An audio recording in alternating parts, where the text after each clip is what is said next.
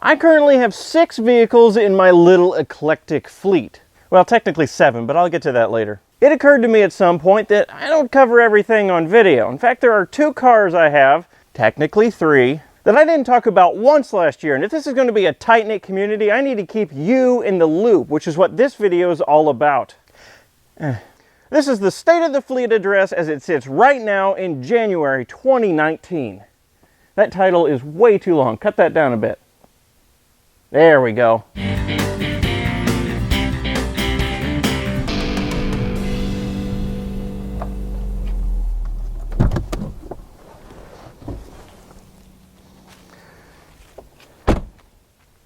This is my 2014 Fiesta ST that I bought new in 2015. When I got it, it had 100 mystery miles on it, and now, several years later, it has 89,000 miles and is in desperate need of a car wash. Too bad it's not time yet for its yearly bath. This Fiesta and I have been through a lot over the years. I drove this Fiesta to ST Octane Academy. I've slept in it twice, which was much worse than it sounds. I found out the maximum length of lumber you can put in it. 8 feet. I've replaced the tires 3 times. I've replaced the brake pads once. I've had 9 wheels repainted because curbs are just so friendly that I just have to reach out and hug them with my car. And the only modification I've done is to add an aftermarket blow-off valve to make cool whooshing sounds because I'm a child. When I got this car, my plan was to start modifying it when I started to get a little tired of the car so I could use the modifications to renew my interest in the car. I thought this point would happen at around 50,000 miles or so. But it's at almost 90,000 miles now, and this is still my all-time favorite car. My interest does not need renewing because it's just so great, and thus I haven't modified it beyond the blow-off valve. But I could do with a little more power, so I think I finally will start tinkering with this thing after I hit 100,000 miles, because that's a nice celebration point with the car, I think. Unless you use the metric system, then you're celebrating 160,000 kilometers, and that doesn't make any sense.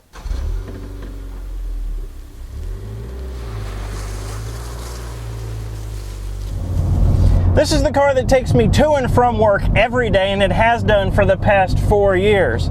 Yet it still drives just as sweetly as the day I bought it. Probably. I mean, I've been living with it for 90,000 miles. I'm not going to notice any subtle changes, am I? However, in the interest of fairness, I feel like I should tell you of all the car's problems. For starters, if I position the air vent to my head, this happens. Nothing? There, that happens. And it just goes on forever like that. There's something broken in the blend door mechanism. Let's cancel that. Now, I've had this happen before under warranty, and I happen to notice that the bill was incredibly small, even though I didn't have to pay for it. So I'm assuming it's a really, really easy fix. I just haven't gotten around to do it yet. Lastly, I have a little bit of an issue with the radio. Occasionally, it'll stop working entirely and I have to unplug the battery for a few seconds and plug it back in to reset the radio and make it work again. But I'm not worried about this because it only happens every 5,000 miles, 10,000 miles. It doesn't happen very often, not enough to inconvenience me a lot. So that's just, you know, something to take note of, I guess. Anyway, those are my only issues with the car right now. So I'd say all in all, that's pretty good. Next, we arrive at my Saab. It's a 1969 Saab 96, and if you watched my last video, you will be completely up to date because nothing has changed since then. It hasn't even moved from this spot. So I'm going to move on to the future plans. Now, what I'm about to say may come as a surprise to you if you've followed the progress with this car over the past year, but my interest in this Saab has waned significantly. In fact, it's waned so much that I think it's time to sell this car. Now, there's a problem with this decision, and that's the discovery I made in the last video. That would be all the rust in the floor.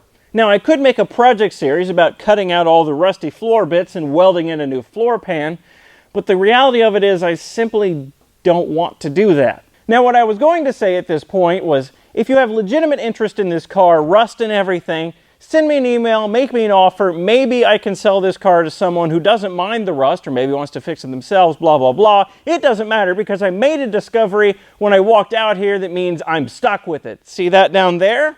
Yep, that's right. That's another coolant leak. You know what that means?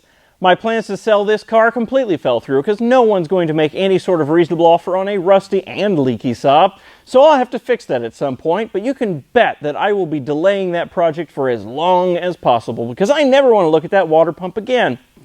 So I guess, on to the next car. You've seen my 2006 F-150 on video before, usually underneath my homemade truck camper, but I've never gone into great detail about this pickup, which is a shame because this was my first car.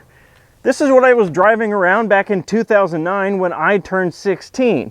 It's also what I drove around in college, and now it mainly sits dormant in my driveway until I need to haul something or pull a trailer. Since I've only ever shared short snippets of information about this pickup, I have a lot to talk about, more than I want to discuss in this short update video.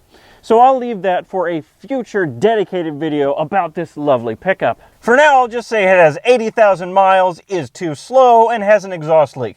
Now on to the next pile of car. This is my 2013 Wego Life, and it's up to a whopping 17,000 miles now.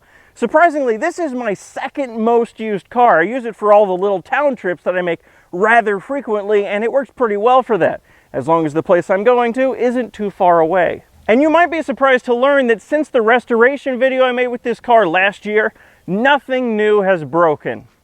Well, except for the door cable that I had to fix, and the brake lights that completely stopped working at some unknown point in time, and the ABS that occasionally disables itself when you use it, and the grille that nearly fell out, and the horrible new sound that's coming from the front suspension when you accelerate. But aside from those small things, nothing new is broken in the past 8 months. And yes, it still drives fine without issues. Well, except for the battery low voltage cutoff issue. When it gets cold out, let's say below 45 degrees Fahrenheit, and I'm pushing the car really hard, otherwise known as accelerating normally in every other car, it will experience a low voltage cutoff. So one or two of the battery cells drops below a certain low voltage threshold, and to prevent battery damage, the computer in the car will momentarily cut drive power. And like I said, it only does this when it's cold out and I'm pushing the car really hard. So I'm not really worried about it for now. And it's been doing that for, I think, 2 years now. I'm only going to worry about it and replace battery cells when it becomes a constant issue or when it happens in warm weather. That's when you know it becomes a real problem. Other than that, no issues whatsoever in this car. Lovely car.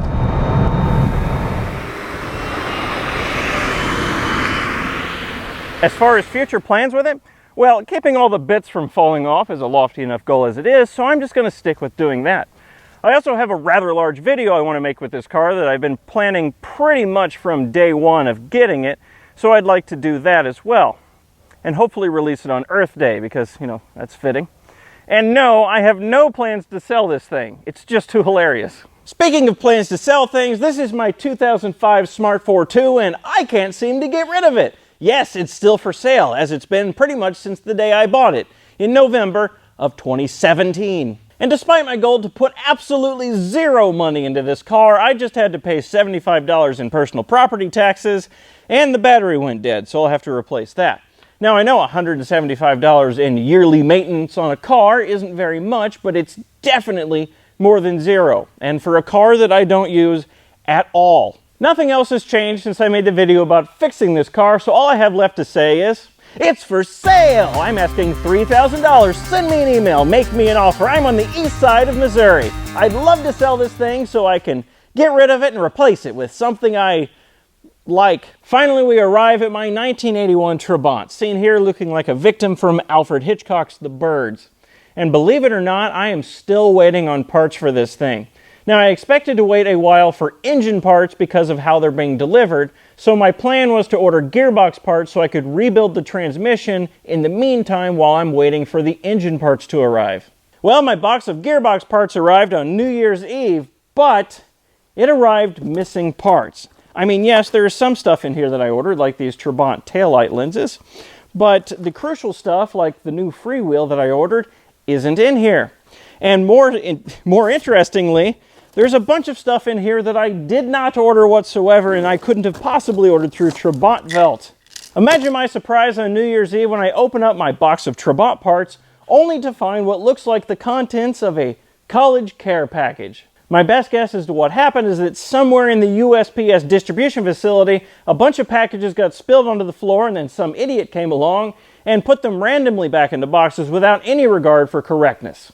So because of some postal worker's incompetence, I received a box that contains, among other things, a toy penguin that says on the back, handwritten, "I love you, my pinguino." And then I'm assuming this pinguino received a box that contains Soviet-era car parts. So anyway, that was just a long way of saying my Turbot project has been delayed, and now you know why. It's completely out of my control. But wait, there's more! I technically have a 7th car. It's a 1986 Honda Accord hatchback that I bought for $300 and then took autocrossing. This was a long time ago, so I'm sure there are a few people left in my subscriber base that remember that car and wonder what happened to it. Well, I actually gave that car away. I gave it to the Auto Club at Missouri University of Science and Technology, my alma mater. And I gave it to them just as a cheap race car to tinker with and toy with, just have fun with. Well, over a year ago at this point, I received word that some unknown perps came by and vandalized the car, thus putting it out of commission and ruining the fun for everyone. And the only information I have is this one single photo containing a very sad image of a car. Now, my future plans with this car are very simple. I just need to find out where it is, go pick it up, and bring it home for a proper goodbye. Now, obviously, I should have done this over a year ago when I first found out about the car's demise, but I forgot.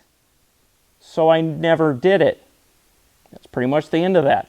So now you're up to date with my entire car fleet, but real quick, I want to touch base on this. It's a 2008 Saab 93X Combi, and it does not belong to me.